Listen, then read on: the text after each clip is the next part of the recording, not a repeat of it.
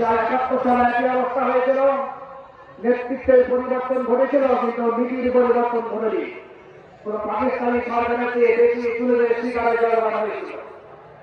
আমাদেরকে আবার এই 5ই আগস্ট আবার দেশ স্বাধীন করা হয়েছে এবং এখনো পর্যন্ত স্বাধীনতার বাকি আছে। সেটা হলে যতদিন পর্যন্ত মানুষ স্বেচ্ছায় স্বাধীনভাবে আল্লাহর হুকুমকে বিধানকে পালন না করতে পারবে, অবস্থা সৃষ্টি না করা যাবে, ততদিন পর্যন্ত আমরা বিরত হব না। আমরা সার্বিকভাবে চেষ্টা করবো জান মাল দিয়ে দেশের এই অবস্থাকে পরিবর্তন করার জন্য।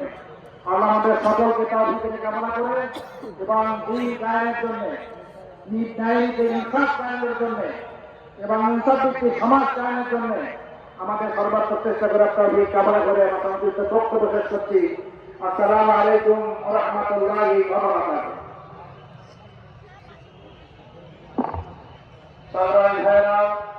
আজকে এই কর্মী সম্মেলনে আমাদের মাঝে উপস্থিত রয়েছেন খুলনা মহানগরী শাখার সংগ্রামী আমির